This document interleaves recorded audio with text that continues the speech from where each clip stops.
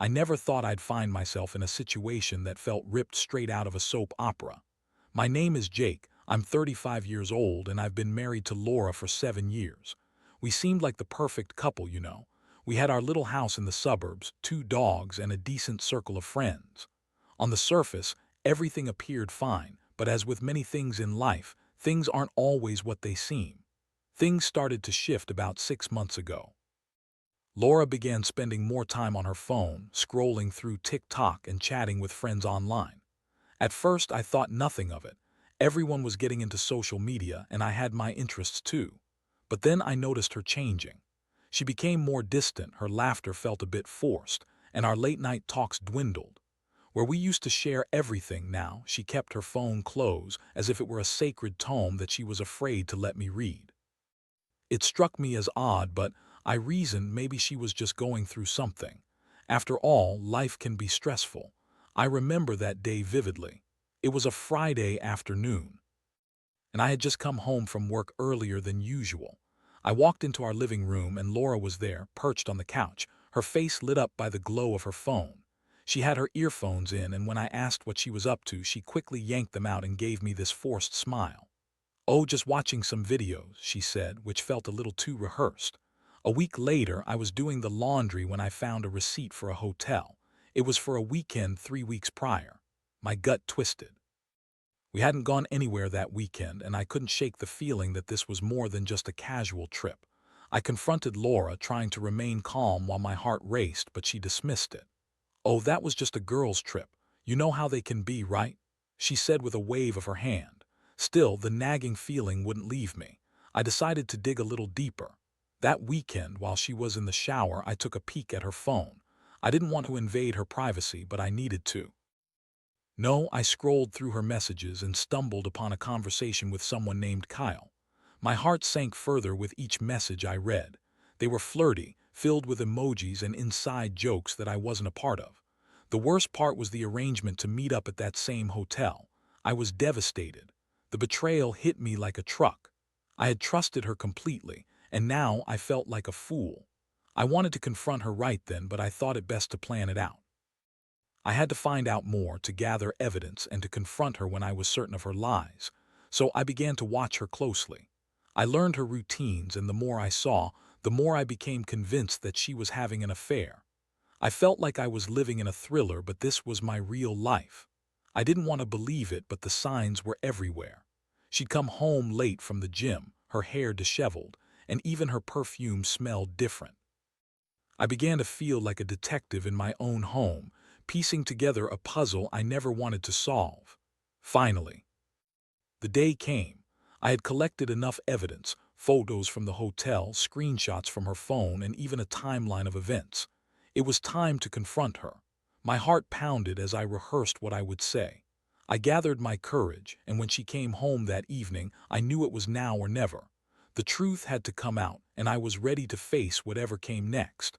I can still feel the knot in my stomach as I remember that confrontation. I had rehearsed my words, but nothing could prepare me for the tension that filled our living room that evening. Laura walked in, her usual smile plastered on her face, but I could see the flicker of worry in her eyes as she noticed the serious look on mine. "Jake, is everything okay?" she asked, her voice tinged with a hint of uncertainty. I could tell she sensed something was off. I took a deep breath. "We need to talk, Laura," I said, trying to keep my voice steady. "About you and Kyle." Her expression shifted instantly. The smile fell, and for a brief moment I saw panic flash across her face. She quickly masked it, but I had already caught a glimpse of the truth. "What are you talking about?" she said, trying to sound nonchalant. "What's this about Kyle?" "Don't play coy with me," I shot back, my voice rising slightly. "I found the hotel receipts and I saw your messages. You're having an affair, aren't you?" Laura's face turned pale, and I could see the wheels turning in her mind as she tried to formulate a response. She opened her mouth to speak, but all that came out was a stuttered, I can explain." "Explain what?" I interrupted, my anger boiling just beneath the surface. "That you were cheating on me while I thought we were happy. What's there to explain?" She took a deep breath, her eyes darting around the room as if searching for some sort of escape. "Jake, it's not what you think. Kyle is just a friend, and we were planning a surprise for you," she blurted out, her voice rising with each word. I was going to tell you soon, I swear. Surprise, a surprise at a hotel. You expect me to believe that? I shot back, my disbelief pouring out. The anger was overwhelming, but it quickly devolved into a sadness I hadn't anticipated. You think I'm that stupid? Her expression shifted again, this time to one of defiance. You're overreacting. I didn't mean for it to happen like this. We've been drifting apart and Kyle was just someone to talk to. It didn't mean anything. Didn't mean anything. I echoed, the pain in my chest tightening. You don't just go to a hotel with someone and say it doesn't mean anything. What happened to us, Laura? I thought we were in this together. She crossed her arms, her defiance mingling with desperation. You've been so busy with work, Jake. You never make time for us anymore. I felt lonely and neglected. Kyle was there for me when you were. The accusation stung. So this is my fault. You chose to cheat instead of talking it out with me, instead of working on our marriage. My voice cracked and I could feel the tears threatening to spill over. I don't know, she snapped back, frustration etched on her face. I didn't think it would go this far. I thought I could handle it, that it was just innocent fun. I shook my head, disbelief washing over me. Innocent fun? You're lying to yourself and you're lying to me. I can't believe you would do this. How can I trust you again? Laura's defenses crumbled and I could see the guilt creeping into her expression. I'm so sorry, Jake. Please, let's just forget about it. I can make it up to you. Forget about it. I scoffed, the anger bubbling back to the surface. How do you suggest I forget that you betrayed me? You've shattered everything we built together. She stepped closer, her eyes pleading. I'll do anything to fix this. I love you. I made a mistake, but I swear it won't happen again. I promise. I wanted to believe her. My heart waged war against my mind. The love we shared, the memories, the future we envisioned, it was all crumbling around me. But deep down, I knew I couldn't simply sweep this under the rug. I don't know if I can forgive you for this, Laura. You have to understand that. Her face fell, and for a moment I saw the regret written all over her features. What are you going to do? I need time, I said, feeling the weight of the world on my shoulders. I need to think about everything we've been through and whether I can even trust you again. Right now, I don't know where that leaves us. With that, I turned and walked out of the room, leaving her standing there, the silence between us heavier than ever. I felt like my heart had been ripped out, and the reality of my situation crashed down on me. I had never imagined this would happen to me. I loved her, but could I ever look at her the same way again? The days that followed that confrontation were a blur of emotions, each one more intense than the last. I went through the motions of everyday life, but everything felt different. I'd come home to the same house, with the same furniture and the same dogs, but the warmth of our home had been replaced by a chilling sense of betrayal. I spent hours staring at the walls, lost in thought, while Laura stayed in the other room, waiting for me to break the silence. I couldn't believe I was in this position. I felt like I'd been living in someone else's life, a life where love was a fickle thing, easily tossed aside for fleeting moments of excitement. I spent countless nights lying awake, my mind racing with questions. What had I done wrong? How could she do this to me? And most importantly, could our marriage ever be salvaged? Laura tried to reach out to me almost every day. She would ask me to talk, to share my feelings, but I wasn't ready. I had so much anger pent up inside, and every time I saw her, I was reminded of the betrayal. I didn't want to lash out at her, but I also knew I couldn't ignore what had happened. It felt like walking on eggshells. One evening, after another long day at work, I found myself sitting on the couch with a beer in hand, trying to drown out my thoughts. That's when Laura finally approached me, sitting down beside me with a nervous look on her face. "Can we talk?" she asked softly, her voice barely above a whisper. I sighed heavily, trying to steel myself for whatever was about to come. "What's there to talk about, Laura? You've made your choices very clear." "I know," she said, tears welling in her eyes, "but I really want to fix this. I don't want to lose you. I love you, Jake. I made a terrible mistake." "Love?" I laughed bitterly. "What kind of love allows someone to betray their partner? You had options. You could have talked to me, reached out, but instead you chose to run to Kyle." "I was confused," she said, her voice trembling. "I thought I could find happiness elsewhere, but I realize now how wrong I was. I miss us. I miss everything we had." I took a deep breath, trying to rein in my emotions. You think I can just forget that you cheated on me, that you chose to have sex with someone else? You shattered my trust, and it's not something you can mend with a few sorry words. I know, she pleaded, her hands shaking as she spoke. I'll do anything to regain your trust. Please, just give me another chance. Let's go to counseling. Let's work on our issues together. I promise I'll do whatever it takes. The idea of counseling sounded appealing. I could see the desperation in her eyes, and part of me wanted to believe that she could change. But the scars of betrayal were still fresh, and I didn't know if I could stand to be vulnerable again, especially not with her. I need time to think about it, I finally said, my voice firm. I can't promise you anything right now. Over the next few weeks, I found myself torn between my love for Laura and the pain of her betrayal. I spent my days reflecting on our relationship, the good and the bad. I started to remember the moments that had brought us together, the laughter, the adventures, the dreams we had for the future. But with each memory came a wave of anger and disappointment that threatened to drown me. I began to lean on my friends for support. I opened up about what was happening, and their reactions ranged from disbelief to pure anger on my behalf. Some friends suggested I leave her, while others urged me to try to work it out. I felt like I was caught in a storm of opinions, and while I appreciated their concern, it only added to my confusion. As I processed everything, I also began to realize that this situation had changed me. I was no longer the naive husband who blindly trusted his wife. I had tasted betrayal, and it left a bitter aftertaste that lingered. I started to think about what I wanted for my future. Did I want to stay married to someone who had broken my trust? Or did I want to forge my own path, regardless of the pain it would cause? One night, as I sat on the couch scrolling through social media, I came across a TikTok video featuring the latest influencer trends. As I watched, a spark ignited in me, a thought that had been bubbling beneath the surface for weeks. If Laura could build a life with someone else and chase after excitement, maybe it was time for me to do the same. Maybe I could channel my hurt into something productive. I didn't know exactly what that would look like yet, but I felt a sudden urge to rebuild my identity outside of my marriage. I wanted to create something that was mine, something that could empower me and serve as a reminder that I was more than just Laura's husband. That night, I made a decision. I would work on myself, on my own passions, and find a way to move forward. It wouldn't be easy, and I knew it would take time, but I was ready to reclaim my narrative. I had a long road ahead of me, but it started now, with me taking the first step toward healing and perhaps even revenge. I threw myself into the idea of rebuilding my life with a vengeance. I started by focusing on my own interests, taking time to rediscover who I was outside of being Laura's husband. I signed up for a local photography class, something I had always wanted to do but had put on the back burner.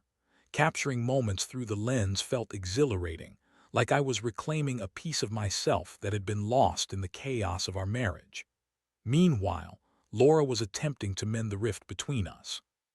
She suggested we try couples counseling, a proposal I had been mulling over. After all, it was hard to deny that. There were still fragments of love left. I just didn't know which way to turn. I agreed to one session. It was a cautious step, and I wanted to see if there was any hope for us. The counselor was a middle-aged woman named Dr. Adams who had a calming presence. The first session was awkward, to say the least. I sat across from Laura, and it felt surreal to share our intimate struggles with a stranger. Laura cried, claiming she had realized her mistakes and was committed to making things right. I listened, my heart wrestling with conflicting emotions. Dr. Adams encouraged us to communicate openly, and I tried to express how betrayed I felt. It's not just about the affair, I explained. It's about trust, love, and the future we built together. Those feelings have been shattered. Laura nodded, her eyes glistening with tears as she tried to articulate her feelings. I know I've hurt you deeply, and I'm so sorry for that. I took you for granted, and I want to prove to you that I can be better. The session ended with a glimmer of hope, or maybe it was just the comfort of having someone facilitate our conversation. But as I walked out of that office, I knew that the path to healing wouldn't be so simple. In the following weeks, I continued to pursue photography with a newfound passion. I started to share my work on social media, and surprisingly, I gained a small following. People seemed to enjoy my perspective, and it felt good to receive positive feedback on my art. I was beginning to carve out my identity again, one snapshot at a time. As my photography gained traction, Laura's behavior began to shift as well. She seemed to take my newfound passion as a threat, and I often caught her scrolling through my posts with a furrowed brow. It was as if she were grappling with the realization that I was no longer reliant on her for my happiness. She would ask me constantly about my new followers, and there was a hint of jealousy in her voice. I couldn't help but feel a sense of satisfaction. I was moving forward and she was feeling the effects of her choices. I shared every little success, exhibits, positive comments, and even a few sales of my prints. It was intoxicating to watch her squirm, and I found myself reveling in the newfound power I held. But the more I climbed, the more I felt the weight of our unresolved issues pressing down on me. Laura wanted to be part of my journey, but I wasn't sure how I felt about that. Was I ready to let her back into my life in any meaningful way? Every time we had a conversation, I was reminded of the betrayal. I found myself questioning if we could genuinely reconnect, if her tears and apologies meant anything at all. As I delved into this personal renaissance, I started to notice the TikTok influencer scene. People like Kyle were becoming more prominent, and it fueled my anger further. I couldn't shake the feeling that Laura had traded our life for a facade, and I was determined to turn the tables. I began brainstorming ways to use my newfound platform to shift the narrative. Then it hit me. What if I built a brand around my photography that directly challenged the influencer culture that had ensnared Laura? Not in a petty way, but by showcasing the authenticity of real life, the beauty found in genuine love, and the truth behind relationships. I envisioned a project that highlighted real stories, my stories, in contrast to the curated perfection that influencers often portrayed. I started planning. My photography would tell the story of my journey through heartbreak and healing, and I could incorporate lessons learned along the way. I decided to create a series called Unfiltered, showcasing candid moments, not just of heartbreak but of strength, resilience, and rebirth. I would attend events, collaborate with other artists, and share my journey through social media, dismantling the carefully constructed image that Laura had bought into. I knew this was a bold move and it came with risks. Laura would likely be hurt, maybe even furious, when she realized what I was doing, but I couldn't ignore the fire that was igniting within me. I was ready to take control of my narrative. As I dove into this project, I felt empowered. The more I worked, the more I disconnected from the pain of betrayal. I was no longer the man who would sit in silence and take it. I was a force. I captured moments of life, laughter, and healing and shared them with the world. Every photograph felt like a step away from the past and toward the future I envisioned for myself. Little did I know, I was about to create a wave that would not just shift my life but also Laura's. The moment she saw what I was doing, I knew the confrontation would be inevitable. But for now, I was reveling in my independence and the journey ahead. As the Unfiltered project began to take shape, I poured my heart and soul into every photograph, every moment captured, and every caption I wrote. I shared not only the beauty of life but also the rawness of emotions, heartbreak, resilience, and growth. It felt refreshing to express myself freely, and my followers began to resonate with the authenticity of my work. People were tired of the curated perfection that social media often presented, and my message was gaining traction. With each post, my confidence grew. I started to get invitations to local art shows and photography exhibitions, which were opportunities I had never considered before.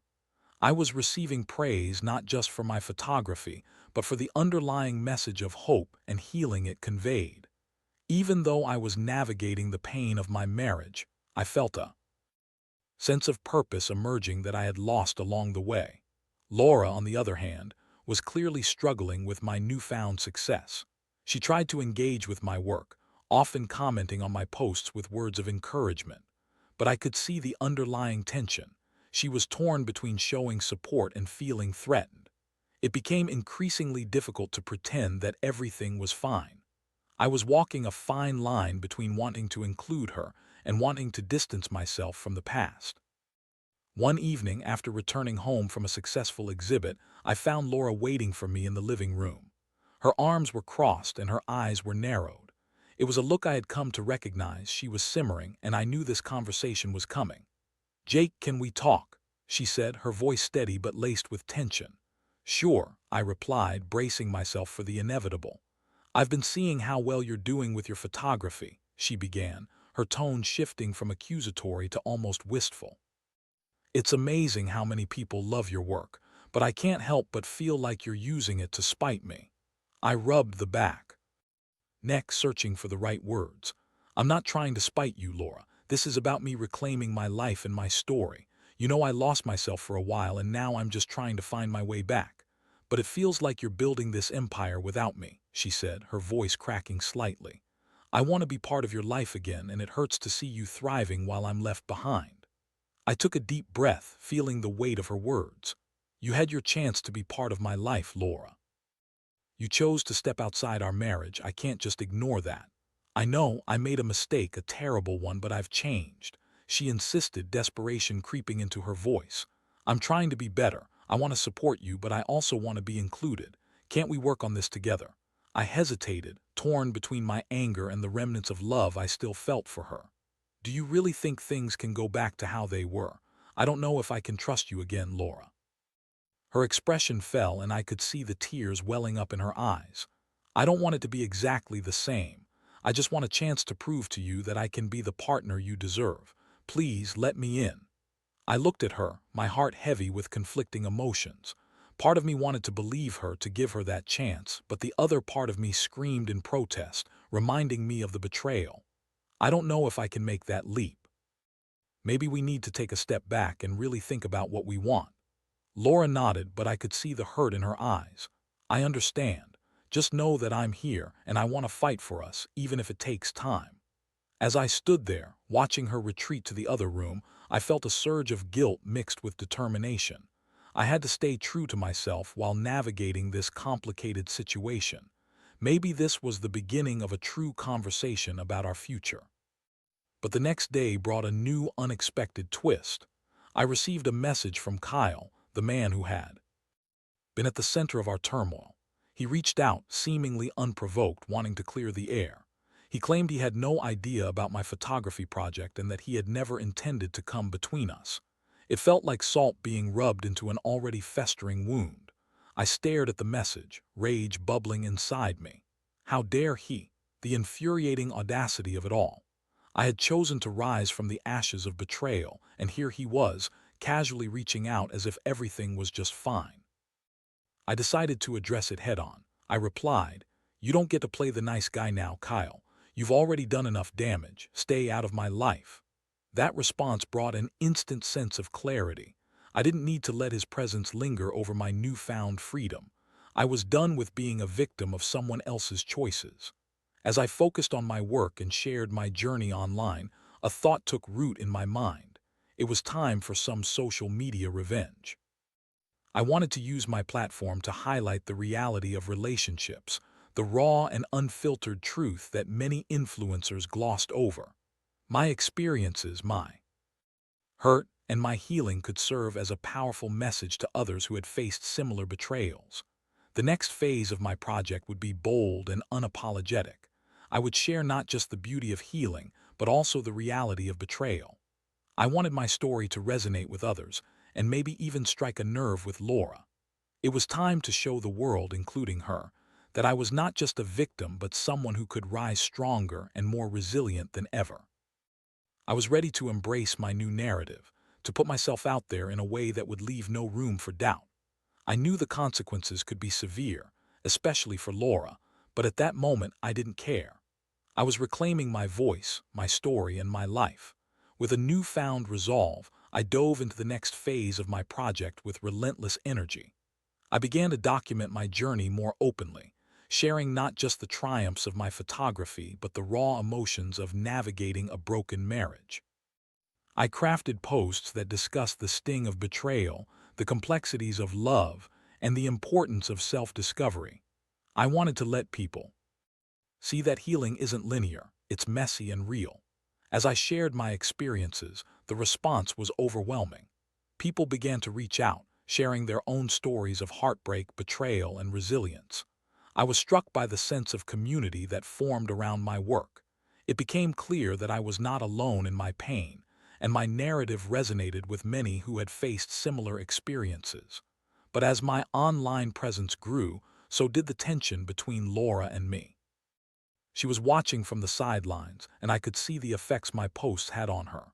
One evening, after I had shared a particularly poignant post about moving on from betrayal, she confronted me again. "Jake, I can't keep doing this," she said, her voice strained. "You're dragging our personal issues into the public eye. It feels like you're trying to humiliate me." I crossed my arms, feeling a mixture of anger and frustration. "This isn't about humiliating you, Laura.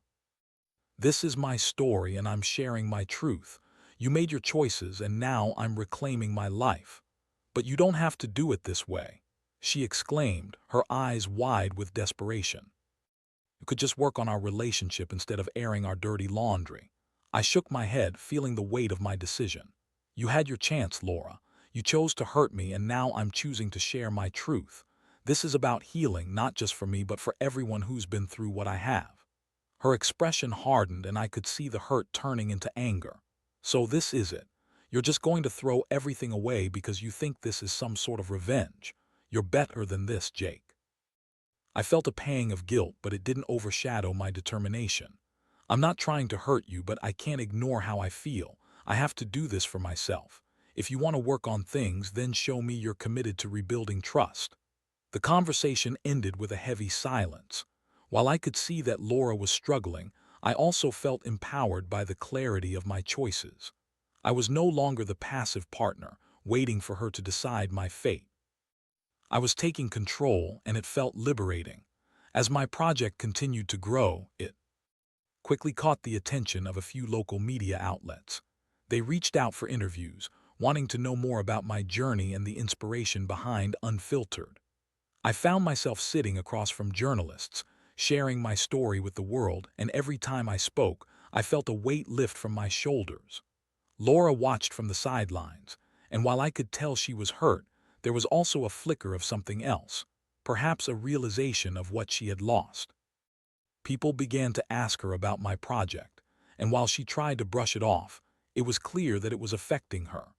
Eventually, I received an invitation for a feature in a popular magazine that focused on personal stories of resilience.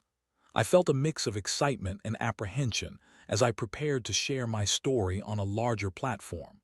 The night before the article was set to publish, I found myself reflecting on the journey that had led me here. I was no longer the man who had been blindsided by betrayal. I was a man who had reclaimed his voice and was ready to embrace the future. The next day, the article went live. I wrote about my journey, about the heartbreak, the healing, and the courage it took to move forward. I didn't shy away from the truth. I spoke candidly about the affair and how it had changed my life. I hoped it would resonate with others and inspire them to take control of their own narratives. When Laura read the article, the fallout was immediate. She posted a lengthy response on her own social media, expressing her hurt and disappointment. But instead of crumbling under the weight of her words, I felt a surge of strength. I responded not with anger but with compassion, acknowledging her feelings while standing firm in my own truth. In the weeks that followed, I continued to focus on my project, and the response from the community was incredible.